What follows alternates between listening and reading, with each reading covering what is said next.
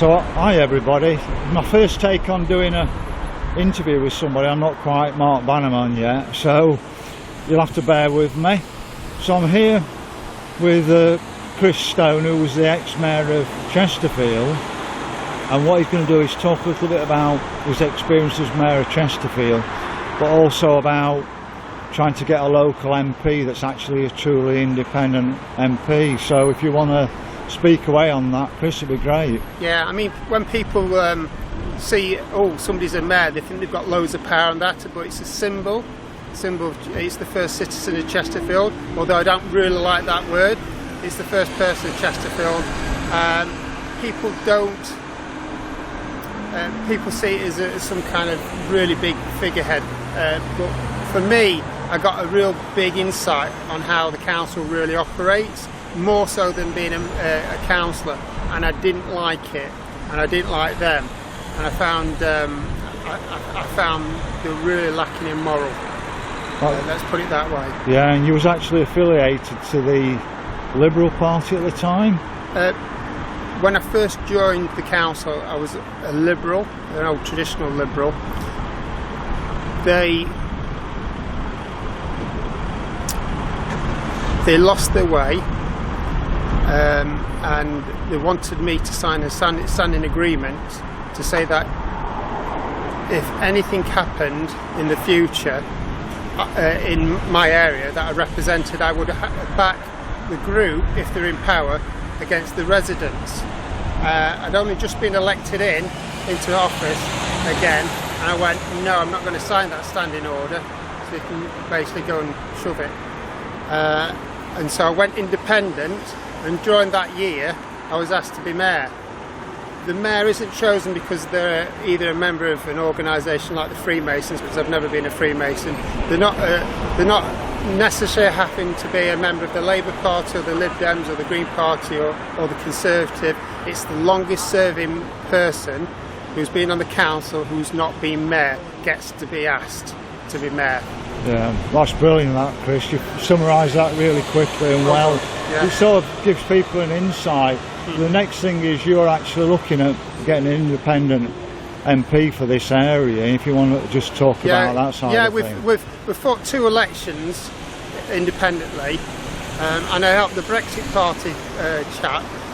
Technically I was the agent, but he could run an election himself. He was pretty good, but I was the agent for that.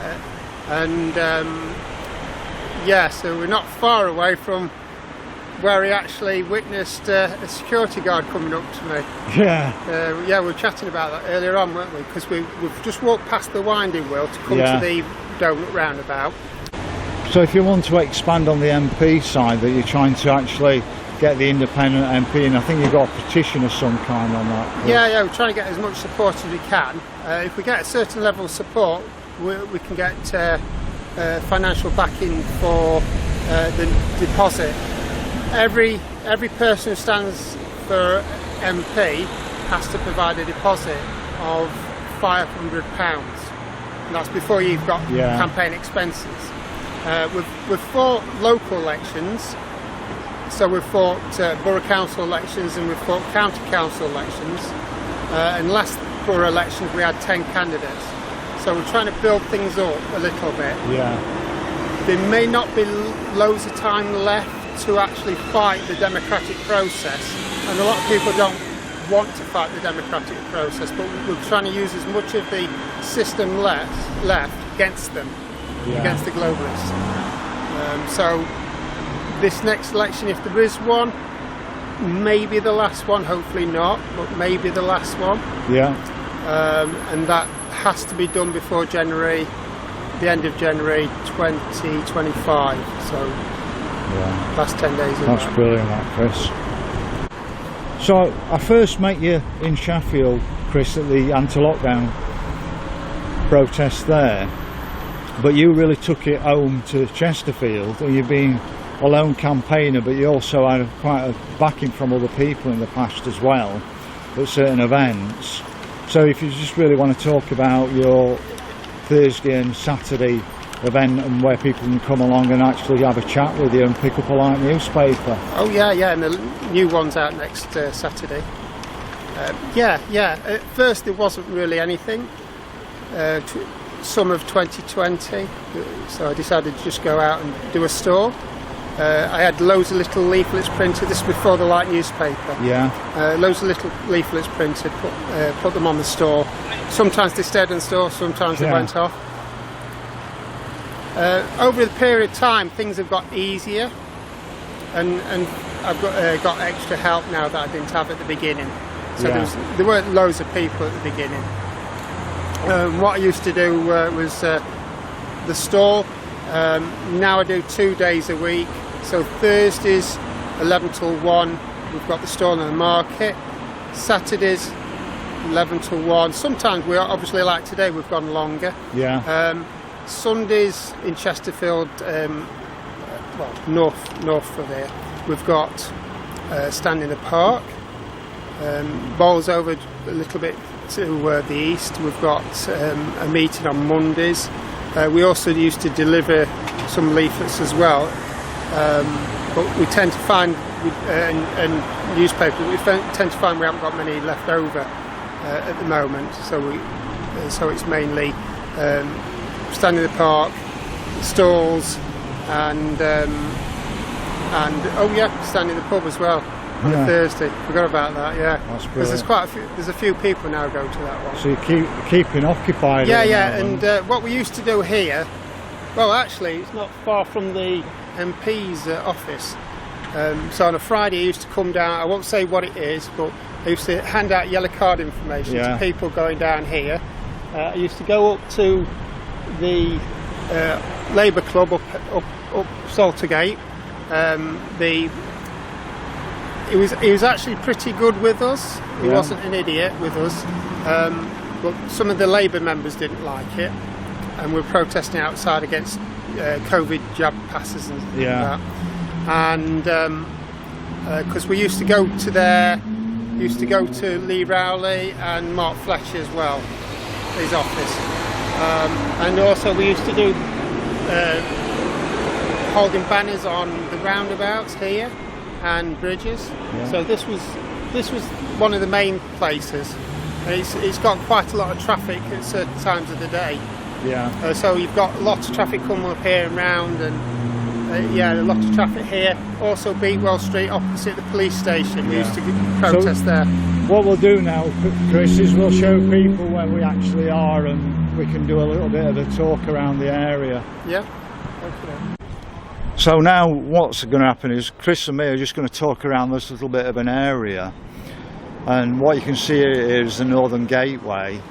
Now it cost £5.5 million this, and it was actually at least Chris said, and it was funded by Sheffield City Region, whereas Chesterfield's not supposed to be in Sheffield City Region.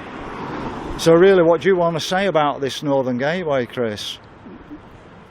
Well, it's a complete waste of money for a start. We know there's £5.5 million being given from Sheffield City Region, and I've not had a look at it for a while, but I think they actually paid a few more £1 million out. And for another office block, we've got empty offices and buildings all over Chesterfield. But they've just decided, we'll just shove an extra block in and spend even more taxpayers' money on it. Alright, so we're on a roundabout they call the Donut Roundabout. So I'll just show you quickly around from the edge. And then what we're going to do is we're going to look down here. For some reason they're actually amending the roads again, Chris, aren't they? And changing all the lighting. We've got no money, but there seems to be an awful lot of money spent on amending the road systems. Yeah, and it's people like us who are aware of the agenda. So we're thinking, well, what's this really for? Is it genuine, or is it part of some bigger agenda?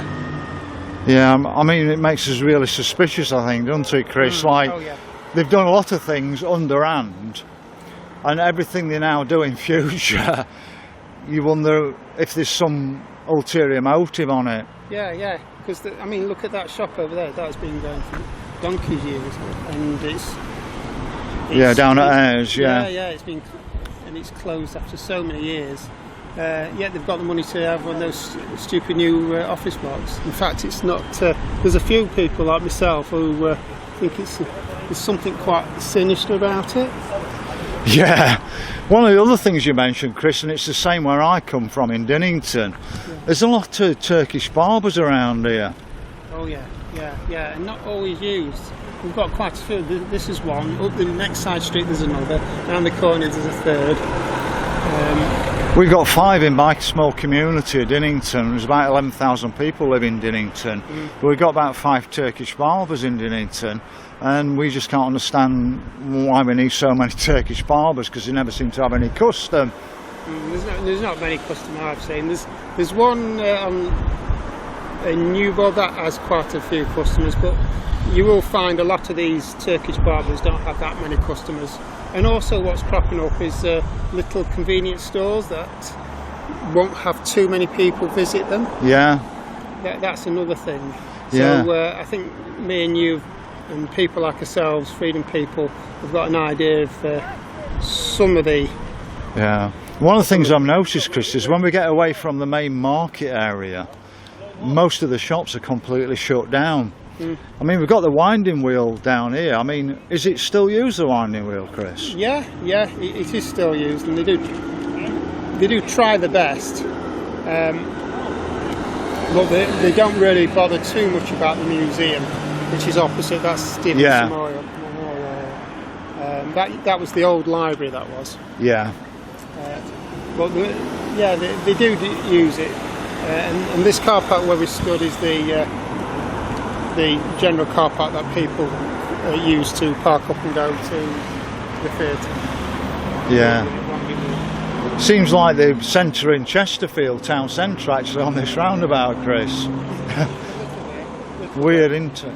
Yeah, that building is situated on a prime piece of land with traffic coming from all over in different directions. Yeah.